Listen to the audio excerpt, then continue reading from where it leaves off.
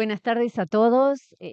Nuestro agradecimiento por acompañar a la Universidad CLAE en este momento tan simbólico, con un destacado jurista eh, que nos acompaña hoy, que tengo el honor de poder presentar en mi carácter de directora de la maestría en Derechos Humanos de esta universidad y en representación del señor decano de la Facultad de Derecho, Universidad CLAE, doctor Mario Garmendia, que tuvo que retirarse por una cuestión puntual. Em, para una casa de estudio como esta, tan comprometida con lo que es el respeto de los derechos humanos, con una historia que se enlaza con lo que son luchas, resistencia, conquistas en materia de derechos humanos, contar con la presencia de alguien que nos ha dado el apoyo permanente y constante. Y quiero destacar porque no me acuerdo en qué año el profesor estuvo aquí en Uruguay y visitó la sede de Punta del Este, capaz 2018. Nos hemos mantenido en contacto gracias a el colega y amigo el doctor Javier Miranda con él. Eso nos ha permitido también inaugurar el año pasado la segunda edición, ahora ya vamos por la cuarta, pero la segunda edición de la Maestría en Derechos Humanos y constituir un grupo de investigación sobre la obra de Ferrajoli que algunos de ustedes que están aquí componen esa integración. Todo eso es gracias a la generosidad de un intelectual de la talla del doctor Luigi Ferrajoli. Yo no voy a hablar de lo que él escribió, ni de lo que él les va a decir, porque no correspondería. Solo quiero destacar que como discípula de muchos profesores con quienes crecí intelectual y personalmente, éticamente, la generosidad intelectual es de esas condiciones que no todos tienen. No todos abren su mente y su cuerpo al conocimiento y lo brindan de esa forma a sus discípulos. Así que esa para mí es, o ese es el ingrediente infaltable, pero además innegociable y más que destacable de un gran profesor, profesor de profesores. Muchísimas gracias por estar nuevamente en Uruguay y en esta casa. Gracias.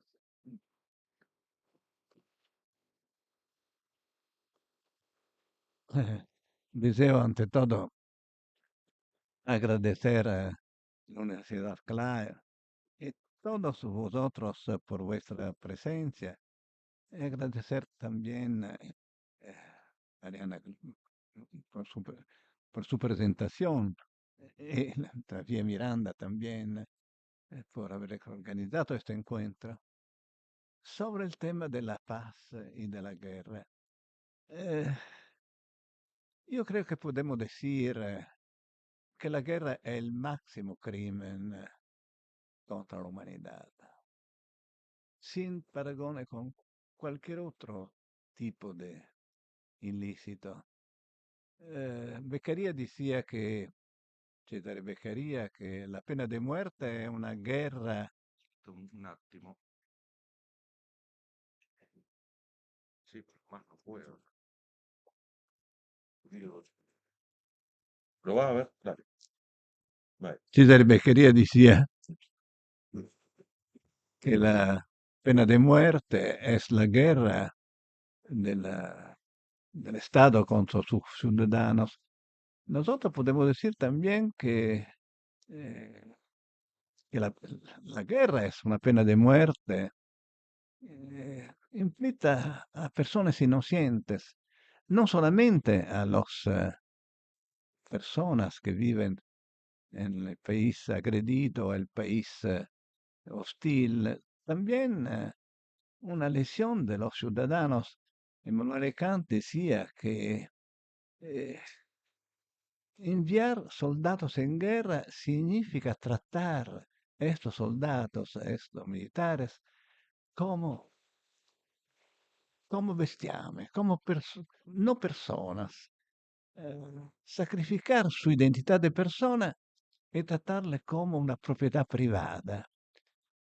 La guerra, dice Kelsen, es el máximo crimen, eh, mejor también de la autocracia, mejor también de la dictadura, porque es una masacre de personas inocentes e sobre todo la guerra puede degenerar en un conflicto nuclear.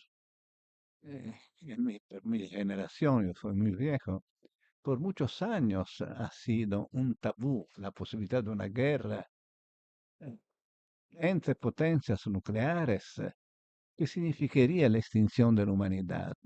Ahora estamos en presencia de una crisis de civilidad que se manifiesta en la crisis de esta grande creación que ha sido la Organización de las Naciones Unidas, una crisis eh, del derecho internacional, una sustitución del derecho con la lógica y la ley del más fuerte, eh, sin límites, con la ostentación del desprecio por el derecho. Yo creo que la manifestación más horrorosa de esta crisis es el número de guerras. En el mundo están 50 guerras cada año que son ignoradas por nuestra opinión pública porque son guerras periféricas. Esta naturaleza periférica es el signo de un suprematismo, de un racismo del occidente que ignora lo que se produce en Sudán, en Congo, en muchos países en los cuales están guerras civiles con miles y miles de muertos. Y después las dos guerras más relevantes, la guerra en Ucrania, después la agresión ilícita, obviamente, criminal, por parte de la Rusia, de la Ucrania, e la carneficina, genocidio, masacre en acto a Gaza. Yo creo que eh, la responsabilidad criminal de la Rusia no excluye la corresponsabilidad también de la Europa, de la NATO, de los Estados Unidos, porque esta guerra tenía la posibilidad de ser evitada. 25 años, 30 años hace, cuando ha colapsado el muro de Berlín, los occidentales, el presidente Kohl, también el presidente de los Estados Unidos, habían prometido que la NATO no se extendía de un centímetro. Eh, Era una promesa que que ha sido violada. Todos los países de los pactos de Varsovia han sido incorporados en en la NATO. Y durante esta guerra también la Suecia, también la Finlandia se han eh, unido a la NATO. Esto significa alimentar la tensión, la lógica del enemigo. Cuando se ha producido la crisis de Cuba, eh, de los misiles al comienzo de los años 60, los Estados Unidos no toleraban la instalación de misiles a centenares de kilómetros de sus confines. La misma preocupación debemos reconocer también por parte de la Rusia, que no justifica la agresión a la Ucrania. Sin embargo, eh, explica la preocupación de la Rusia e la falta di un'iniziativa diplomatica por parte della NATO, quasi che questa guerra no era, estaba, non dico querida, sin embargo, non refusata por parte della NATO. E all'indomani también de la ofensiva, de la agresión, estaba una posibilidad de tratado de paz que ha sido, ¿no? Que ha fracasado por el intervento de la Gran Bretaña, de los Estados Unidos. Y también después, eso penoso episodio dell'incontro Putin, scusi, Trump, Zelensky, estaba la posibilidad de una iniciativa autónoma de la Europa, iniciativa de paz, que no ha sido. Y hoy, después, 3 años, y 100, 200, 300.000 muertos, 1 millón se calcola entre muertos y feridos de ambas partes, la perspectiva de una paz se presenta muy más difícil que en pasado, con el resultado de un tratado de paz que puede equivaler a una resa de la Ucrania, con condiciones muy más desfavorables por la pobre Ucrania. Eh, la guerra a Gaza es más grave. Yo creo que no se puede hablar de guerras en este caso. No se puede hablar de guerra porque la guerra, según la definición de los clásicos del derecho internacional, Alberico Gentili, Francisco de Vitoria, también Grozio, es publicorum armorum contentio, es decir, un conflicto entre ejércitos regulares de estados soberanos reconocidos. Aquí tenemos una organización eh, que el mismo Israel considera una organización terrorística, es decir, criminal. El, la strage, el exilio disumano, terrible del 7 de octubre, no puede ser considerado un acto de guerra, es un acto criminal. Esta distinción tra acto criminal y acto de guerra es fundamental en la civilidad del derecho. Tenemos el precedente de la strage dell'11 settembre del 2001 delle Twin Tower, hecho que el presidente del tiempo, Bush, ha llamado acto de guerra, producido como respuesta a dos guerras contra Afganistán y contra el Irak que han producido eh, medio millón de muertos y el, la expansión del terrorismo en todo el mundo. La distinción es esencial. A un acto de guerra è justificata la risposta della guerra come guerra de defensa fino a che non interviene il Consiglio de Seguridad de la ONU. A un atto criminale si risponde con el derecho penal, con la colaboración de la policía de todo el mundo por identificar los responsables. Y ha sido un regalo al fanatismo islámico llamar guerra los exilios, llamar guerra estos actos criminales, porque precisamente como guerra santa, los fanáticos de Hamas, los fanáticos del terrorismo islámico, quiere cualificar su asesinio, su exilio tan dishumanos. Y la respuesta ha sido una guerra terrorística en violación de todas las reglas del derecho internacional, del derecho interno, que no es una guerra, no solamente porque esto es un acto criminal, también porque Hamas no es un ejército regular, es un grupo de terroristas que son, se ocultan de tipo clandestino. Y la cosa más terrible es que por matar un exponente de Hamas se puede, han sido matadas muchas veces 80, 100 personas, también niños inocentes. Contrariamente a todo el derecho internacional humanitario, que excluye que pueden ser matadas personas de la población civil. Y aquí yo creo que este fenómeno, este exilio tan horroroso, la utilización del hambre como instrumento de guerra, es una macchia gravísima nella identità di Israele.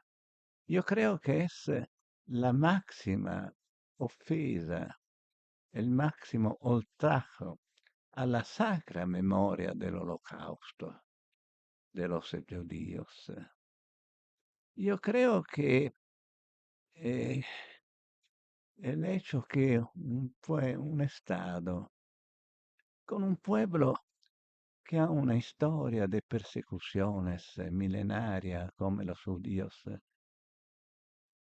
hace un massacro indiscriminato con l'intento de ocupar, de destruir, se habla de genocidio, un pueblo más débil, es una forma de suicidio de Israel.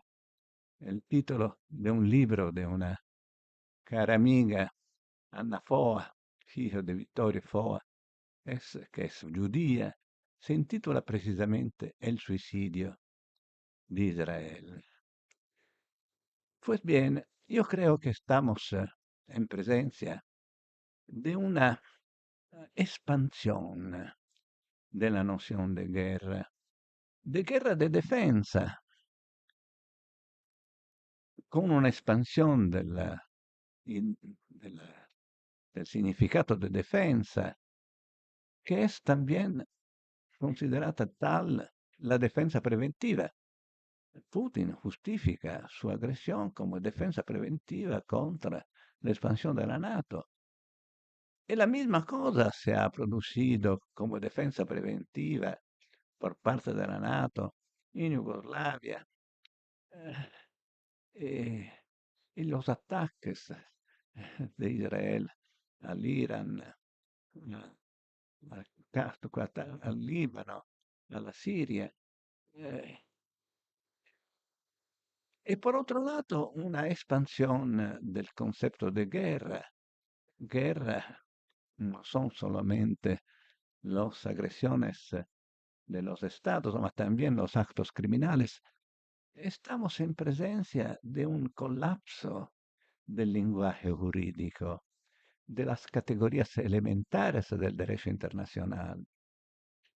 Y yo creo que eh, esto está produciendo un peligro por toda la humanidad.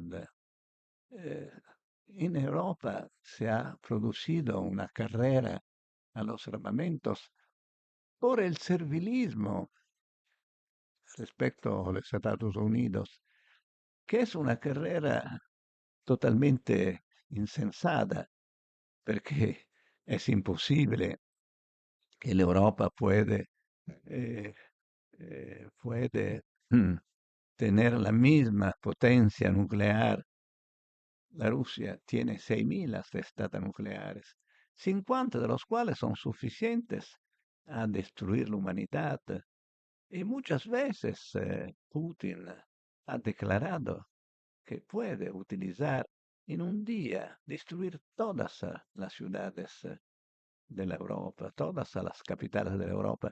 Estamos jugando con el fuego. Es decir, está una cecidad, una irresponsabilidad, una inconsciencia de nuestro gobierno, de los gobiernos europeos, que juegan con el fuego, porque la perspectiva de un conflicto nuclear, de una agresión también a la Rusia, como propone Macron, Es una perspectiva suicida. Pues bien, yo creo que frente a esta perdita de la razón, y no solamente del, del respeto por el derecho, sea tomar en serio los principios, el principio de la paz, que es eh, establecido de la Carta de la ONU. El principio de la paz ha sido violado sistemáticamente, come los derechos humanos. Estamos plenos de Carta de los Derechos Humanos, de Carta sobre la Paz. Sin embargo, estas son palabras sin introducir garantías. ¿Y cuál es la garantía de la paz?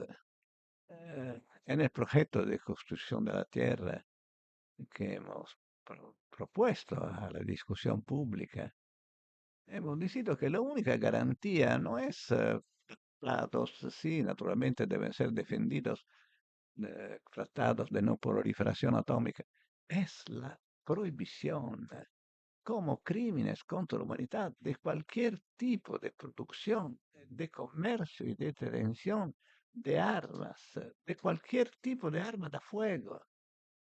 El desarmo de los ciudadanos equivale al pasaje dal stato de naturaleza al stato civil, è lo che insegnava Thomas Hobbes quasi 4 siglos antes.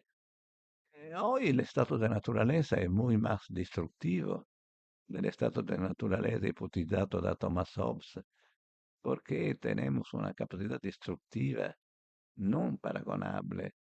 Tenemos armas de destrucción masiva, armas atómicas, nucleares, armas químicas, biológicas.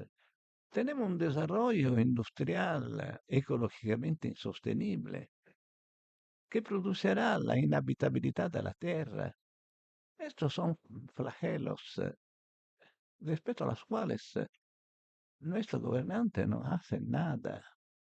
Esto producirá, obviamente, si no se produce nada, el peligro de un conflicto nuclear y, si no se hace nada, la inhabitabilidad de la Tierra por l'aumento del calentamiento global. Esta norma sobre el desarmo, nosotros estamos hablando de la paz, de la garantía de la paz. La sola garantía eficaz es precisamente la prohibición de las armas. Sin armas la guerra sería imposible y se produciría también un colapso, un crollo de los homicidios, de la violencia. Eh, las cifras son significativas. En Italia, donde ninguno tiene armas, Italia tiene la responsabilidad de producir armas y de exportarle, la cuarta potencia que exporta armas.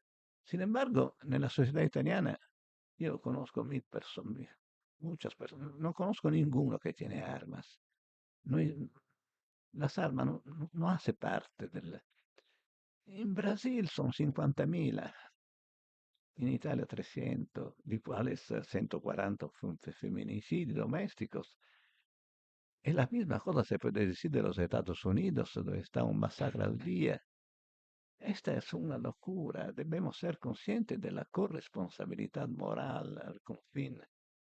Muchas veces ho repetido esta tesis con eh, el concurso de culpa, perdón eventual de estos productores de muerte en cada asesinio, en cada guerra, en cada acto de terrorismo. Creo que sea el crimen más grave de una singola guerra, porque es responsable de todas las guerras, de todos los homicidios, de todos los actos de terrorismo, de todos los crímenes de la criminalidad organizada. La criminalidad organizada es poderosa porque es armada, solamente porque es armada. Si fuera una asociación desarmada, no tenía ningún poder. Las armas son el símbolo de la ley del más fuerte. Debemos ser conscientes que la paz es una construcción jurídica, es el producto no solamente de un pacto, también de garantías, es decir, prohibiciones penales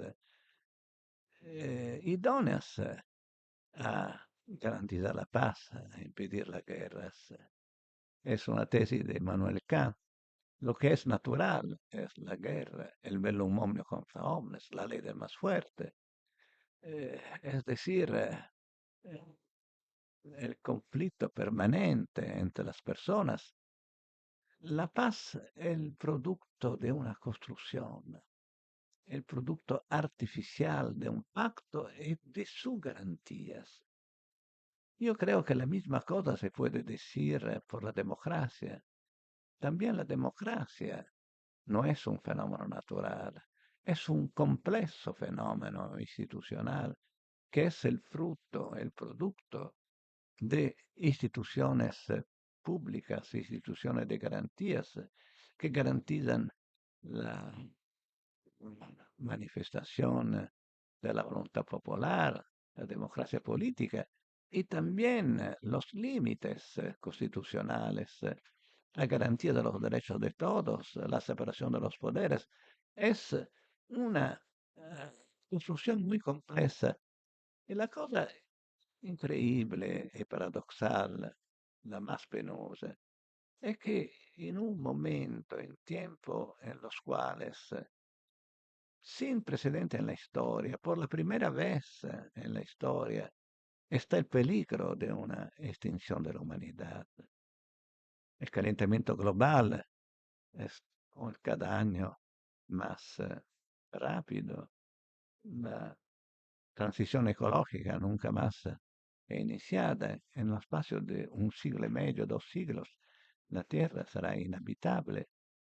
En el momento en el cual mejor sería el papel de garantía del derecho, mejor la necesidad de una complejidad institucional de la convivencia humana, estamos en presencia de una simplificación. Autocracias selectivas se son transformadas muchas democracias con intolerancia de los derechos sociales, de los derechos de los trabajadores, intolerancia por la independencia de la jurisdicción. Es el paradoxo de una simplificación que debemos ser conscientes que es la forma de gobierno más funcional, esta verticalización en el ejecutivo, esta personalización de los poderes en muchos sistemas políticos, la forma de gobierno más funcional a la subordinación, a la subalternidad de la política a la economía. Porque la economía, los poderes globales, obviamente, no quieren parlamentos pluralistas con partidos radicados en la sociedad, luchas sociales. Esto es un fastidio a los mercados. Muy más cómodo son sistemas políticos que se identifican con una persona cuya campaña electoral es financiada dalla economía. Por ser elegido senador o miembro de la Cámara de Representantes en Estados Unidos son necesarios millones de dólares, que son millones que provienen de la economía, provienen de los grandes poderes económicos. Es una forma obvia de corrupción y de dependencia de la política dall'economia. Ma non solamente este efecto de neutralización de la política, también si un Estado como el Uruguay fuera máximamente democrático, máximamente respetuoso, ningún Estado singolarmente, tampoco los Estados Unidos, la máxima potencia, puede singularmente resolver problemas globales como son la paz, la tutela del ambiente, de la naturaleza, la igualdad de los seres humanos, la garantía de los derechos humanos, ningún gobierno puede hacer esto.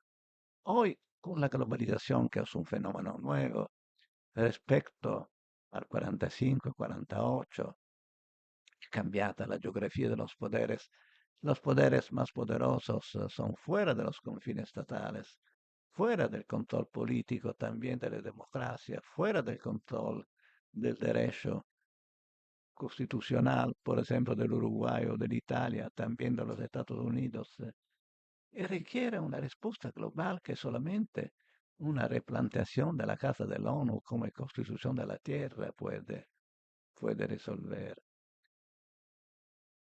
Con la conciencia che sempre, ho dicho, la paz e la democracia son el fruto de artificios de la política, son el producto de normas jurídicas, de garantías. Lo que es natural es la ley del más fuerte. Lo que es artificial son esas leyes del más débil, que son todos los derechos fundamentales. Todos los derechos fundamentales son leyes del más débil frente a la ley del más fuerte que prevalecería en su ausencia. Los derechos de libertad, de inmunidad de la violencia, los derechos de los trabajadores, los derechos de las mujeres, los derechos sociales, son todos leyes del más débil. Lo que es natural es la ignorancia, es la malattia, lo que es artificial es la tutela de la salud, es la instrucción. Lo que es natural es la violencia, lo que es artificial es el derecho penal mínimo con sus garantías. Esta es la conciencia que debemos asumir, porque esto es el momento más dramático en la historia de la humanidad, caracterizado también de la inconsciencia, de una suerte de negacionismo. Se ha producido un negacionismo, se ha manifestado un negacionismo del COVID, cuando todos éramos conscientes de la gravedad, todos tenemos amigos, eh, personas que conocimos que son muertas de COVID, todos hemos tenido el- esta malattia. Esto ha producido la presencia del negacionismo del COVID, también a nivel político, penso a Bolsonaro, a Trump. Una cuestión como la cuestión ecológica, como la cuestión de la paz, es muy más invisible del COVID, ma es más, muy más catastrófica, porque es obvio que si no está una respuesta jurídica a su altura, el calentamiento global produce la inhabitabilidad de la Tierra, una inhabitabilidad progresiva, eventos extremos siempre más frecuentes, siempre más terribles, eh, sofferenze perché non si puede vivir con 50 gradi, 55, 60 gradi en los países más pobres. Está una injusticia ecológica determinada dal hecho que la anidride carbonica es producida sobre todo de los países más ricos y su efecto son sobre todo de los países más pobres. Y también ahora nosotros tenemos condición autoritaria, termóstatos, y los pobres no. Esto significa que estamos viviendo en una situación de total irracionalidad. Debemos ser conscientes que paz, democracia, garantía de los derechos humanos, a la vida, a la sobrevivencia, a la salud, a la instrucción, son construcciones jurídicas, construcciones artificiales. Obviamente construcción de la política. Sin embargo, la política ahora è cieca,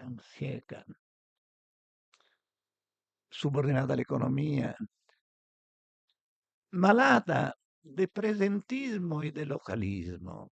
Es decir, que su horizonte es el día siguiente de los sondeos, de las elecciones. Su horizonte es limitado al, al Estado, Uruguay, Italia, Brasil, Estados Unidos, ma siempre eh, s- espacios limitados. Este presentismo, este localismo impide, crea una, crea una incompatibilidad entre la racionalidad y la democracia política.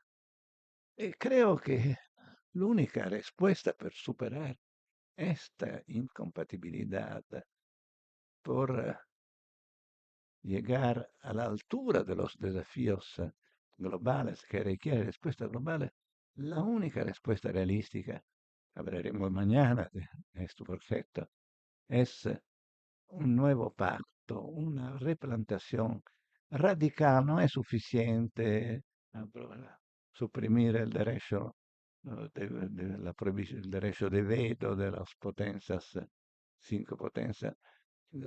No es suficiente esto. Es necesario introducir la fuerza vinculante de la rigidez de las constituciones y sobre todo la previsión en la Constitución misma de las garantías.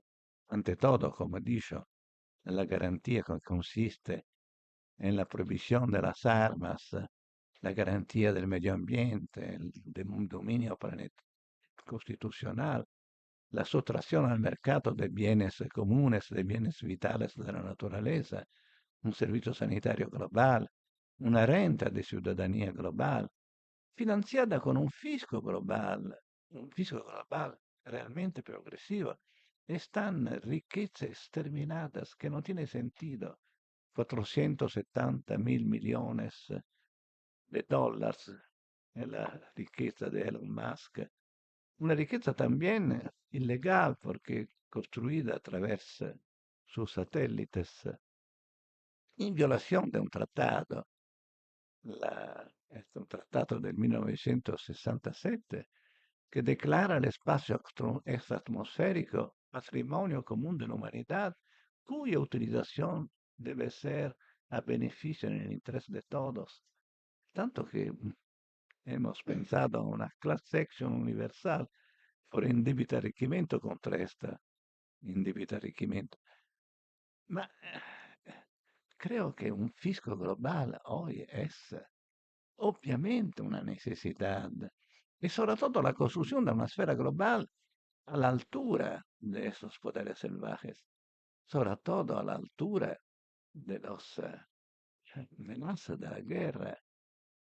Existen 25 grandes empresas que producen armas, 17, 18 de las cuales son de los Estados Unidos, que han triplicado sus introitos gracias a estas guerras. Estas son instituciones que deben ser eh, eh, prohibidas. No se puede producir. Tenemos la categoría de los bienes ilícitos, que es las drogas. Las armas son muy más peligrosas, no son contra sí mismos, son instrumentos de muerte por matar a los otros. Y su producción no es posible en manera clandestina como la droga. Una provisión de las armas produciría muy más fácilmente una clasificación de todo el mundo. Estos son los objetivos en el interés de todos. La paz en este sentido es prejudicial a la solución de cualquier otro problema. Solamente la cooperación global puede afrontar el otro gran flagelo, es decir, el calentamiento global. Solamente un mundo pacificado puede tomar en serio y garantizar los derechos sociales de todos, a la vida, a la subsistencia, a la salud, a la instrucción. Solamente un mundo pacificado puede realizar la igualdad y la solidaridad de todos. Naturalmente esto puede parecer, sí, seguramente, una utopía, un sogno. Sin embargo, la alternativa es entre el sueño o el incubo. Debemos elegir il sogno, che è possibile, improbabile ma possibile, o l'incubo, más che l'incubo, l'autodistruzione, il suicidio insensato dell'umanità. Questa è l'alternativa frente a la quale si trova hoy l'umanità. Muchas gracias. Gracias,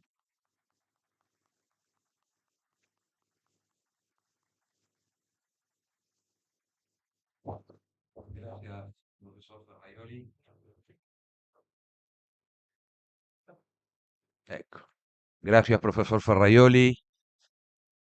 Vamos a abrir, miren que lo digo con cautela, un espacio de preguntas, no de discursos. Breve, por compasión a nuestro querido invitado, pero parece interesante ceder también la palabra al auditorio para que Ferraioli pueda también interactuar con las amigas, con los amigos aquí presentes en la Universidad Clay. Tenemos un inalámbrico, así que como en clase, levantan la mano y ya está, como hemos hecho toda la vida.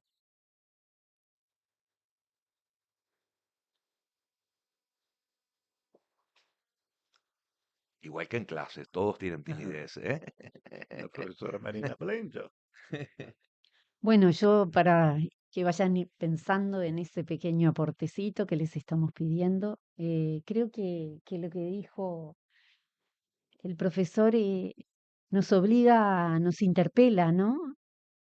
A no cerrar los ojos y quedar. Es mucho más fácil mirar para el costado, es mucho más fácil hacernos invisibles, es mucho más fácil no aferrarnos al respeto a los derechos humanos como un mínimo ético y jurídico insolayable. Así que creo que esta, esta charla, este intercambio que hemos tenido, nos interpela como humanos, ¿no? A no suicidarnos, a no envenenarnos con nuestra propia producción, a no violentarnos a nosotros mismos y a respetar un mínimo Estado de Derecho, ¿no? Como si fuera un cristal. Creo que así se define la paz, como un cristal y la democracia, tal vez como flores exóticas. Sí, Julio Devoto, por favor, querido amigo argentino, pero ya oriental. Oriental también, no la ciudadanía. Vale. ¿Tiene luz? sí. Eh, Dale, anda. No, no, por la grabación, Julio. Eh, ahí. Bueno, eh, después de haber hecho por vocación, una carrera diplomática de muchos años, ya retirado, veo con preocupación en los últimos años, en particular el último lustro, que había una conciencia mayor sobre la paz en la década del 60, por ejemplo, en donde no sé qué ocurrió en el medio, que surgió en Occidente principalmente un egoísmo mayor y una falta de compromiso con ciertos valores que estaban muy arraigados y muy consensuados. ¿Qué piensa usted, doctor? Eh, ¿Cuál ha sido la causa de ese desmoronamiento yo soy un defensor de la paz porque no puede ser de otra manera? Y es una actitud, como dijo la profesora acá, la doctora, es una actitud ética personal que tenemos que tener todos, un compromiso que tenemos que tener todos. Pero más allá de eso, ¿qué es lo que ocurrió en estos últimos años a su entender?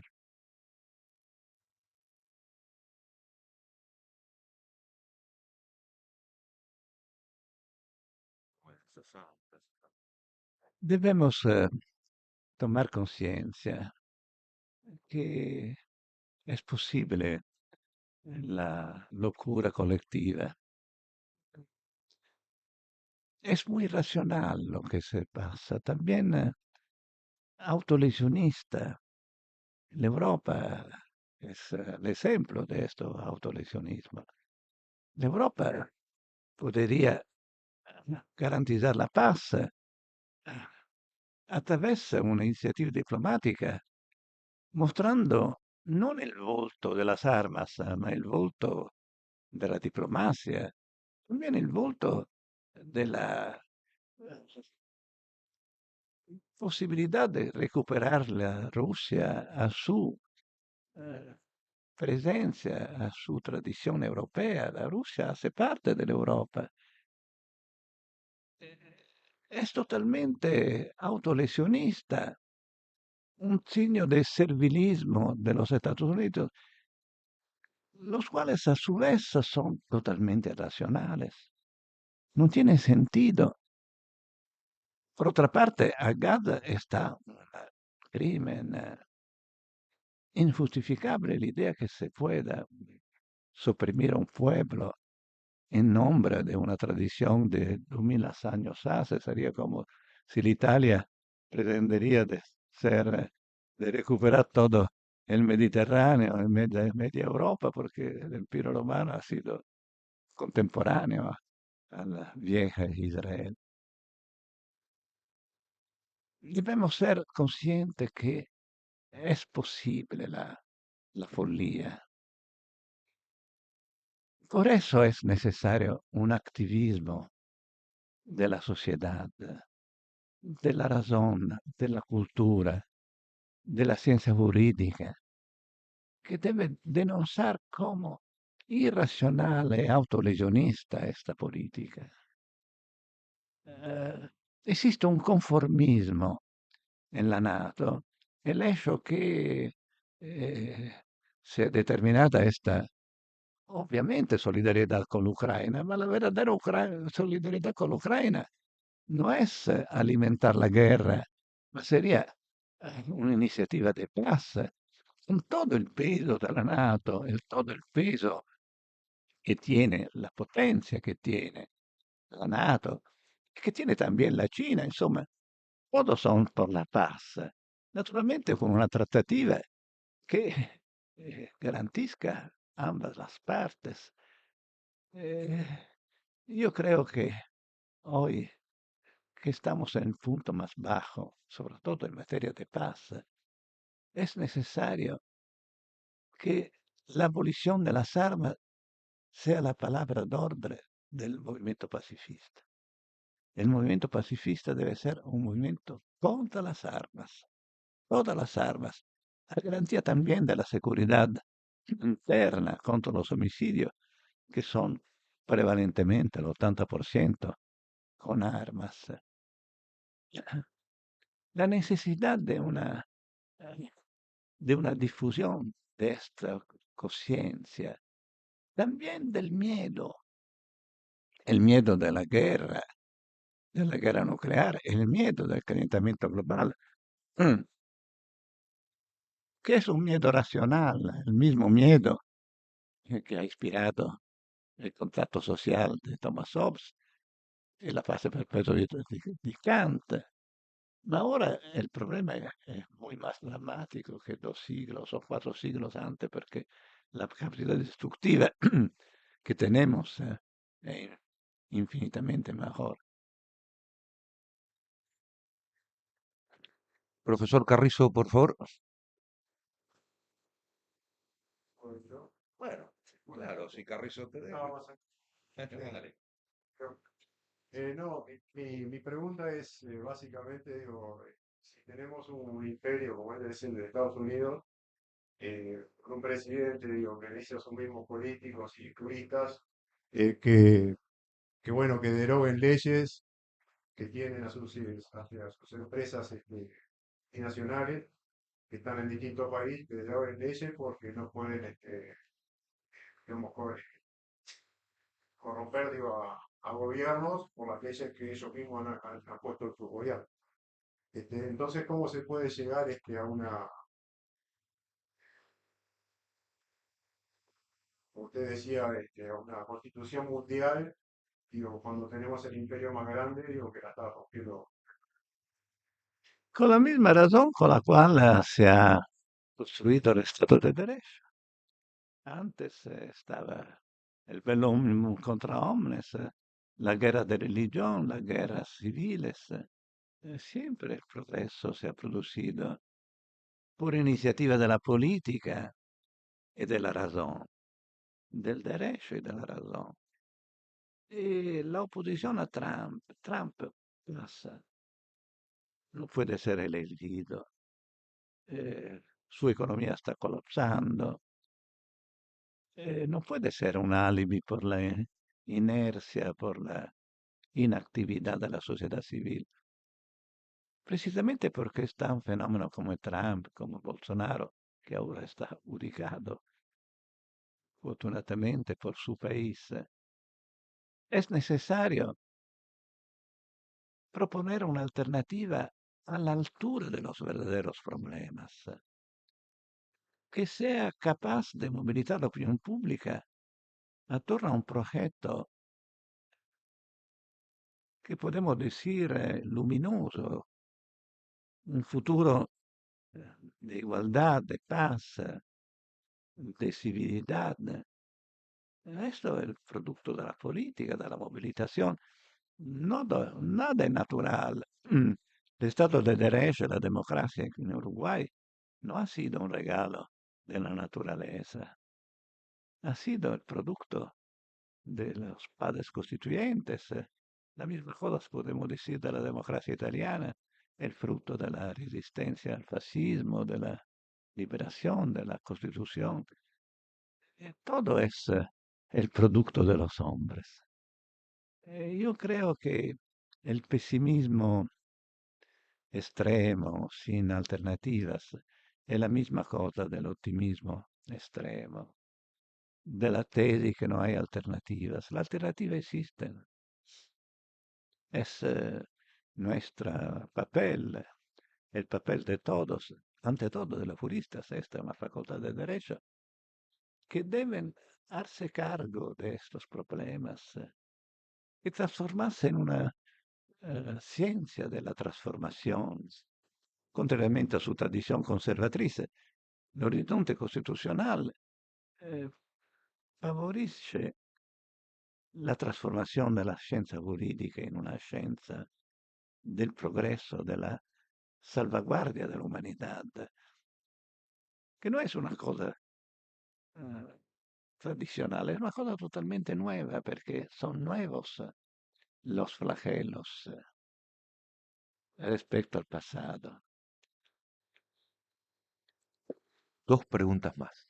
Profesor Carrizo y el Jorge Conde enseguida. Bueno, antes que nada, felicitaciones, muchas gracias por su presentación, profesor. Nosotros en el CLAE, desde la Cátedra UNESCO de Transformaciones Sociales y Condición Humana, estamos celebrando este año, junto con la UNESCO, los 80 años de creación de la UNESCO, que fue creada precisamente para, plena posguerra, trabajar para la paz, desde la educación, la ciencia, la cultura. Este año se cumplen 80 años de esa organización y también se cumplen 30 años de la Declaración Internacional por una Cultura de Paz de Naciones Unidas también. En ese marco institucional, y frente a la realidad que nos exige reflexión y acción, me gustaría preguntarle qué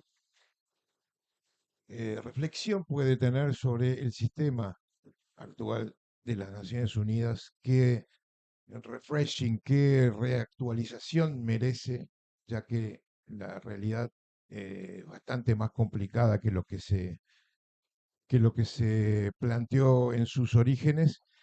Y en ese sentido, ¿qué papel le tocan a las universidades en esta transformación? Me parece que las universidades tenemos que tener un rol transformador en ese sentido.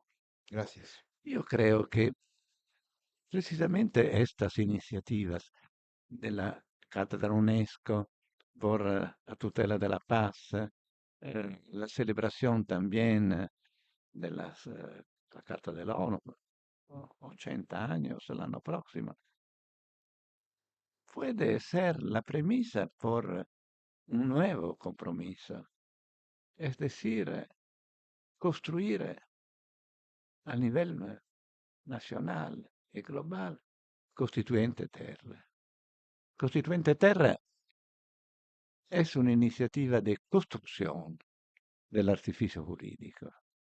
Es la iniciativa que hace de todos nosotros constituyentes, partes constituyentes de un nuevo orden mundial, basado sobre el hecho que la humanidad es el pueblo, unificado dalla titularidad sobre la Carta de los mismos derechos fundamentales. Tenemos muchas cartas de los derechos fundamentales.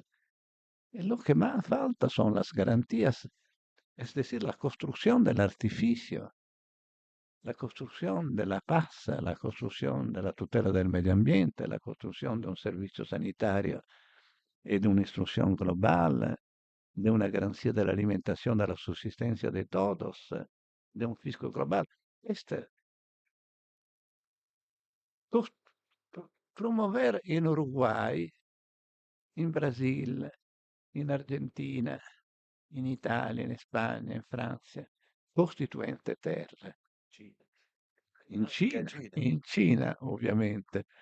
Y uno de los objetivos es la traducción en chinés, en chino, en japonés, en árabe, eh, de un proyecto que es solamente la base de una discusión, que es necesario un texto. No se puede limitarse a proponer una constitución de la tierra si no se mueve da un texto que es solamente una bozza, un proyecto. Convertir todos nosotros en constituyentes, un proceso constituyente dal bajo, que naturalmente debería devenir también un proceso constituyente dal alto, en el sentido que la presión de la opinión pública, de la cultura jurídica, se ha desarrollado en Colombia un congreso de la Corte Constitucional que ha dedicado eh, su primera jornada al costituzionalismo global, approvando un documento a sostegno della Costituzione della Terra. E creo che esta presa de conciencia de la cultura jurídica y sobre todo de las personas, en mi experiencia, los juristas son los más escépticos. Eh, eh, las personas comunes son los más favorables, ¿no? Se pregunta cómo es posible que no es. Yo recordaba esta mañana que io faccio muchas discussioni nella scuola, nei licei, un niño de 18 años me ha preguntado, no cómo es posible frente a Trump, frente a Putin, Netanyahu, una construcción de la tierra. La pregunta ha sido, ¿cómo es posible que frente a tantos desastres, a tantos peligros anunciados, la construcción de la tierra no ha sido stipulata? Esta es la verdadera pregunta. La verdadera pregunta que debemos hacer a nuestros gobernantes, a la Asamblea de la ONU. La ONU ha sido instituida por garantizar la paz. Si todos estamos de acuerdo en el principio de la paz, debemos ser de acuerdo con la única garantía necesaria por esta finalidad. Eh, debemos superar el presentismo y el localismo de 193 países de la ONU. Cada uno piensa, y también a esto reflejo demagógico, que piensa solamente al consenso alimentando también un colapso de la moralidad con campañas electorales contra los migrantes, la lógica del enemigo, con la cual se obtiene el consenso, porque se gratifica las personas más débiles de la sociedad, presentando personas ancora más débiles, es decir, los migrantes, gratificando como ciudadanos italianos, estadounidenses. También esto no es una garantía suficiente porque en contrasto con el emendamento 14 de la Constitución americana, el presidente Trump ha expulsado muchos ciudadanos estadounidenses. Ma la polemica e la demagogia punta en este colapso de la moralidad. El fascismo no se sería producido sin esta ostentación de la disinmunidad a nivel institucional. Esta deseducación de la sociedad a través la glorificación de la del más fuerte. Esto ha sido el fascismo, el nazismo, todos los totalitarismos.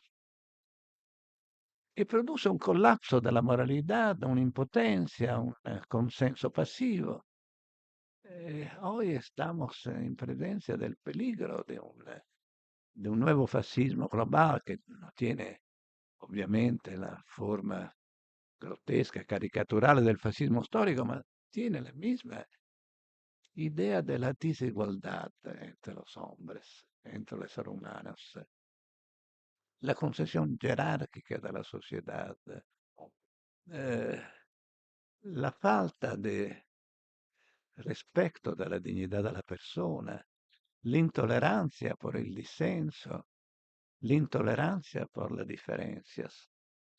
En Italia, el pasaje de, de los años en el cual era joven, de la construcción de la democracia, hoy ha sido la sustitución de la lucha contra la desigualdad con la lucha contra las diferencias, es decir, contra los migrantes, contra los emarginados, contra los pobres, con la idea que son culpables de su pobreza, también contra las mujeres, contra los diferentes. Esta es la estrategia hoy del del nuevo qualunquismo, de la nueva demagogia populista. Io creo que no está altra alternativa que la movilización activa de la ciudadanía, tomando en serio estos principios que son escritos en tantas cartas constitucionales, empezando la constitución de nuestros mismos países.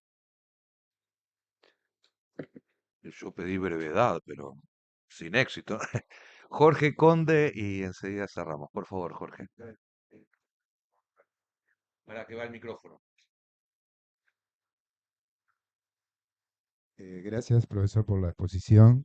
Y quisiera, compartiendo, ¿no?, ese análisis y que también veo como una violación de todos los pactos y también de un poco de lo que ha sido la historia de la civilización occidental y cristiana y de los pactos, sobre todo de, bueno, de la experiencia de las guerras y de lo que sería, digamos, como lo fundante de esos pactos, como el nunca más a todas esas violaciones, y que se logró construir un sistema de protección y que ahora se ve violentado nuevamente, pero como en una situación de un mundo donde existen todos esos peligros, de que nos estamos acercando como, no sé, si estamos presenciando la finitud de la humanidad como especie o civilizatoria, pero digo, aclaro que yo no tengo una visión pesimista y comparto que es necesario un nuevo proyecto en donde se pueda lograr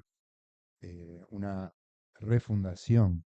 Pero lo que sí me cuestiono es ¿quiénes serían los actores sociales o los impulsores capaces de llevar adelante ese cambio y ese nuevo pacto cuando vemos a su vez que los distintos, históricamente, actores sociales que podían ser como rebelarse contra el status quo, hoy no tienen futuro, no tienen proyecto, no tienen esperanza de que pueda haber cambios y lo vemos porque, bueno, por la naturalización de la violencia, por el individualismo, por no, los jóvenes, digo, son jóvenes viejos porque no se rebelan contra el orden, contra lo establecido. Entonces, por un lado, bueno, esa pregunta sería, en este contexto, ¿quiénes serían los capaces de poder cambiar la correlación eh, de poderes para que eso sea posible, ¿no? Que sea un nuevo pacto?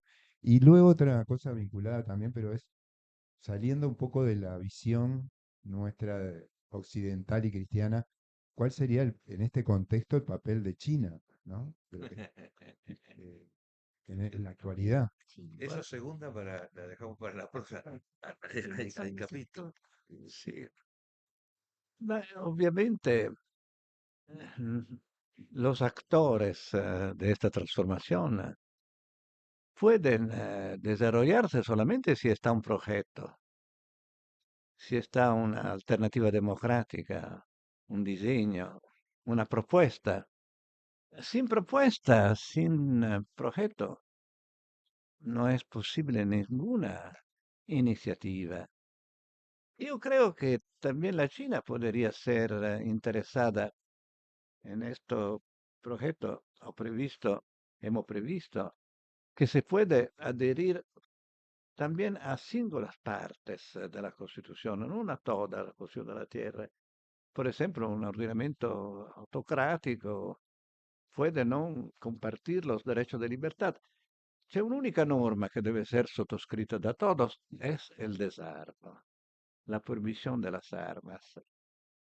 Esto significa que la hipótesis de federación de la tierra es una hipótesis que es independiente de la forma de gobierno y de Estado también de las partes contraentes. Eh, en ese sentido es más actuable del proyecto kantiano, que en sus tres artículos definitivos requiere que todos los partes contrayentes sean dotados de constitución civil, sean libres estados, tenga como principio fundamental el deber de la hospitalidad, exactamente el contrario de lo que se pasa hoy. Y también de la hipótesis de Bobbio y de Kelsen de un Estado universal, ¿no? No hay, no tenemos necesidad de un Estado universal. La política debe ser de los estados federados, lo que debe ser compartido es las garantías de lo que es universal, la paz, el medio ambiente, los derechos humanos, la igualdad. Y naturalmente eh, esto requiere la propuesta pública de una alternativa posible y creíble, que nosotros juristas podemos también motivar como obligatoria, en el sentido que proclamar la paz, proclamar los derechos humanos como tantas cartas internacionales, implica la obligación de garantizar, de actuar estos principios. Podemos decir que no es un sueño, es el derecho impositivo que implica lógicamente e impone jurídicamente estos saltos de civilidad. Y podemos mostrar que esto es non l'opinión de una parte, ma el interés de toda la humanidad, que es necesario y sobre todo urgente, porque esto es el único planeta que tenemos, segundo una- uno slogan de la crítica de la globalización solamente de la economía. E esto, un proyecto como el constitucionalismo global puede replantear la política y puede también convertir muchas fuerzas democráticas, también jefes de Estado. Pienso al vostro Uruguay, pienso al Brasil de Lula, al Chile, a la España. Poner en el debate internacional esta alternativa. Estamos frente a una alternativa dramática, la autodestrucción o la pacificación y la garantía de del bienestar de todos, porque tenemos la posibilidad con la tecnología actual de garantizar el bienestar de todos, la dignidad de todos, que naturalmente también nuestra dignidad. Las políticas contra los migrantes no es solamente lesiva de la dignidad de los migrantes, yo la considero lesiva de la identidad de mi país, de la identidad democrática, porque es una, una regresión a la idea de la persona ilegal, que ha sido el experimento del nazismo. La persona ilegal por su nacimiento, por su identidad, de los judíos, o los comunistas, o los anárquicos, o los homosexuales. Estas son cosas que hemos en nuestro pasado. Esto significa que hoy debemos considerar el interés de todos y a tutela de nuestra dignidad, de nuestras mismas democracias, la globalización de las garantías de los derechos humanos y de la garantía de la paz, que no es una invención, es lo que impone el derecho positivo vigente, integrado de esta nueva, de este nuevo desafío que es el calentamiento global. Yo hablo de un garantismo y de un constitucionalismo de la sopravvivencia que debe ser añadido al garantismo del constitucionalismo de la igualdad, que es el constitucionalismo de los derechos. Es un constitucionalismo de los bienes, bienes vitales de la naturaleza da tutelar y bienes mortíferos como las armas da prohibir. Podríamos seguir un buen rato más, pero nos vamos a ahorrar y le vamos a ahorrar al profesor Ferraioli tanto. En todo caso, nos seguiremos encontrando. Para seguirnos encontrando, también recuerdo una obra en particular sobre la extensa obra de Ferraioli. Todos tienen que leer Principia Iuris, Mateo, si no, no sabremos teoría del derecho, o fundamento de los derechos fundamentales, para recorrer la literatura. Pero recuerdo esta obra, Razones Jurídicas del Pacifismo, un libro del 20 años, profesor Ferraioli de apenas hace 20 años, cuando era aún mucho más joven que hoy, ¿ah? Que creo que vale la pena. Es la tradición del Kant de la paz perpetua, de Bobbio, del problema de la guerra y los caminos de la paz, del Kelsen, de, de la paz a través del derecho, ¿sí? Que creo que hay una tradición valiosa para considerar. Por supuesto, invitarles en la cátedra UNESCO de Transformaciones Sociales y Condiciones Humanas, como que dirige Luis Carrizo, uno de los temas centrales. Ahora estamos con un curso sobre Morán, que es además de nuestro corazón, de nuestra entraña, como es la tradición del hebreo en CLAE. Y ahora, disculpen que me divague, pero veía la foto de Juan Pablo Terra en sus 100 años, y que estamos conmemorando sus 100 años, y quería también recordar a un humanista profundo como fue este legislador y hombre comprometido con su sociedad como Juan Pablo. Vaya ese homenaje a la pasada. Discúlpenme. Pero decía, en la Cátedra UNESCO el año que viene vamos a estar promoviendo un diploma de cultura de paz, como mencionaba recién Luis, y queremos invitarles a ser parte, a tomar partido, a Constituente comprometernos. terra, constituente terra. Y para finalizar, no me voy a extender más en absoluto. Profesor Ferraioli es un amigo de CLAE. Se me fue Néstor da Costa, que es el culpable de que Ferraioli esté aquí hace ya más hace casi 20 años, él iba a Roma, estaba embromando aquí en CLAE con que sería bueno traerlo a Ferraioli, entre otros grandes teóricos, y Néstor iba a Roma, y dice, bueno, si querés, yo voy y hablo con él. Y lo llamó por teléfono, y se terminaron tomando un café en Roma. Y así Ferraioli se acercó a CLAE en aquel momento. Cuando volvió, Néstor, por suerte no está, decía, es un viejo divino.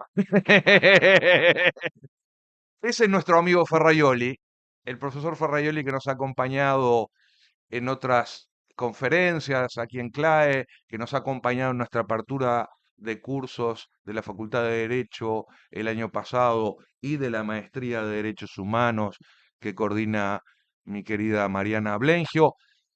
Este es un amigo de CLAE. Y a los amigos, además de reconocerlos, les hacemos un mimo, a veces. Entonces, querido Ferraioli, querido amigo, para que sigas escribiendo, le vamos a regalar una lapicera. Gracias, Luisi. Muchas gracias.